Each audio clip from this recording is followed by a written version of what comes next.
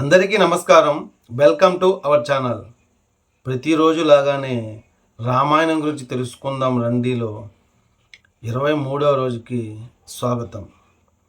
ఈరోజు కొన్ని ప్రశ్నలు తెలుసుకుందాం, దానికి జవాబు కూడా తెలుసుకుందాం. తెలుసుకునే ముందు మన యొక్క ఛానల్ ఇంకా ఎవరైనా సబ్స్క్రైబ్ చేయకపోతే సబ్స్క్రైబ్ చేయండి. అలాగే వీడియోని పూర్తి వరకు చూడండి, అప్పుడే మీకు అన్నీ తెలుస్తుంది. వీడియోని చూసిన తర్వాత లైక్ చేయండి. అలాగే వీడియోని 10 మందికి షేర్ చేయండి. ఇది కూడా ఒక సేవ అని తెలుసుకోండి. ఇక టాపిక్లోకి వెళ్దాం రండి. ప్రశ్న: రామావతార పరిసమాప్తి ఘట్టాన్ని వర్ణింపుము. జవాబు: తను వచ్చిన పని పూర్తయిందని, వైకుంఠం చేరాల్సిన సమయం ఆసన్నమైనదని గుర్తించిన రాముడు రాజ్యాన్ని తన కొడుకులకు, సోదరుల కుమారులకు పంచి ఎవరి రాజ్యాలను వారికి అప్పగించాడు. లక్ష్మణ, భరత, శత్రుఘ్న సమేతుడై వైకుంఠం చేరాడు శ్రీ మహావిష్ణువుగా. అప్పటికే లక్ష్మీదేవి, శేషసాయి దేవుడి రాక కోసం అక్కడ వేచి ఉన్నారు. నెక్స్ట్ క్వశ్చన్ చూద్దాం. యోగ వశిష్టం అనగానేమి?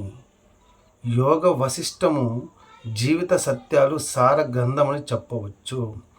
దీనిని రామగీత అని కూడా అంటారు. శ్రీరామ వశిష్ఠుల వాద ప్రతివాదాలు ఈ యోగ వశిష్టంలో పొందుపరచబడ్డాయి.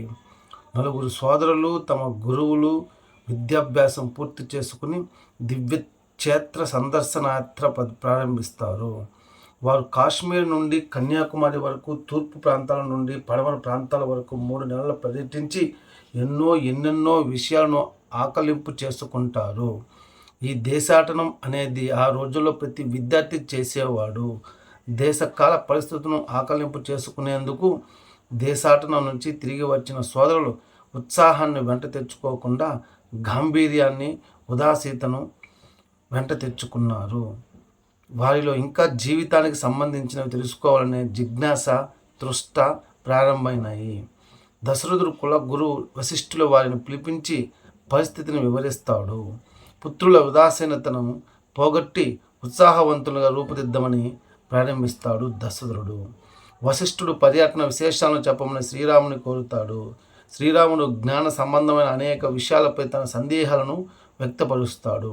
ఆత్మ, పరమాత్మ, ప్రకృతి, వీటి వెనుక దాగి ఉన్న నిగూఢ రహస్యాలేమిటి, అదిగా గల అనేక సందేహాలను వ్యక్తీకరిస్తాడు రాముడు. జనన మరణ రహస్యాలను గురించి, భగవంతుడు, పురుషుడు, ప్రకృతి సంబంధాల గురించి ఎంతో సమాచారం యోగ వశిష్టంలో పొందుపరచబడి ఉంది. అలాగే రామాయణంలో రాముడు శివలింగానికి పూజ చేశాడని మనందరం వింటాం. అది ఎక్కడ చేశాడు అనేది తెలుసుకుందాం. రామలింగేశ్వర ఆలయం ఎచ్చట ఉంది, దానికి ఉన్న ప్రాముఖ్యత ఏమి? శ్రీరామచంద్రునిచే దక్షిణ సముద్ర తీరంలో ప్రతిష్ఠించబడ్డ శివలింగానికి రామలింగేశ్వరుడిని పేరు వచ్చింది. రాముడు రాక్షస రాజ్యమైన లంకను ముట్టడించేందుకు వానర సేనలతో సేతును దాటడానికి సిద్ధంగా ఉన్నాడు. అప్పుడు విభీషణుడు, రామా, లంకా రాజ్యంలో అందరూ శివుని పూజిస్తారు. రేపు ఉదయం లంక పట్టణం వైపు పురోగమించే ముందుగా సేతు ముందు ఒక శివలింగాన్ని ప్రతిష్ఠించు. రాబోయే తరాల వారు లంకలోకి ఈ సేతు మార్గం గుండా ప్రవేశించే ముందు ఈ శివలింగాన్ని పూజిస్తారు అంటూ వేడుకుంటాడు. శ్రీరాముడు ప్రతిష్ఠించిన లింగం కనుక ఆనాటి నుండి రామలింగేశ్వరుడు అనే పేరుతో విరజల్లుతున్నది ఆ శివలింగం. మరొక ప్రశ్న: ఆదిత్య హృదయమును పఠించమని శ్రీరాముడికి ఎవరు చెప్పారు, ఎందుకు? జవాబు: ఆదిత్య హృదయం అగస్త్య సూక్తము.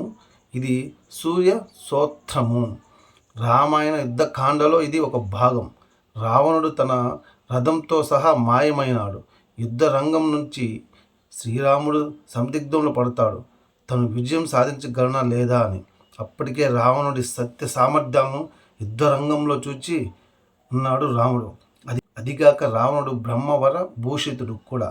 రాముడికి ఈ విషయం తెలుసు. ఇటువంటి సందిగ్ధ వ్యవస్థలో ఉన్నటువంటి శ్రీరాముడి ముందు అగస్త్య మహాముని ప్రత్యక్షమై సూర్యదేవ స్తుతి అయిన ఆదిత్య హృదయాన్ని పఠించమని ఉపదేశించి దీనిని పఠించినంత మాత్రమే ఎటువంటి ఘోర ప్రమాదాలైనా శీఘ్రమే తొలగిపోతాయి, శత్రువులపై విజయాన్ని సాధిస్తారని చెప్పి అదృశ్యమవుతాడు అగస్త్యుడు. ఈ రోజుకి ఇవి చాలండి. మరొక రోజు కొన్ని ప్రశ్నలు తెలుసుకుందాము. అంతవరకు జై శ్రీరామ్, భారత్ మాతాకి జై.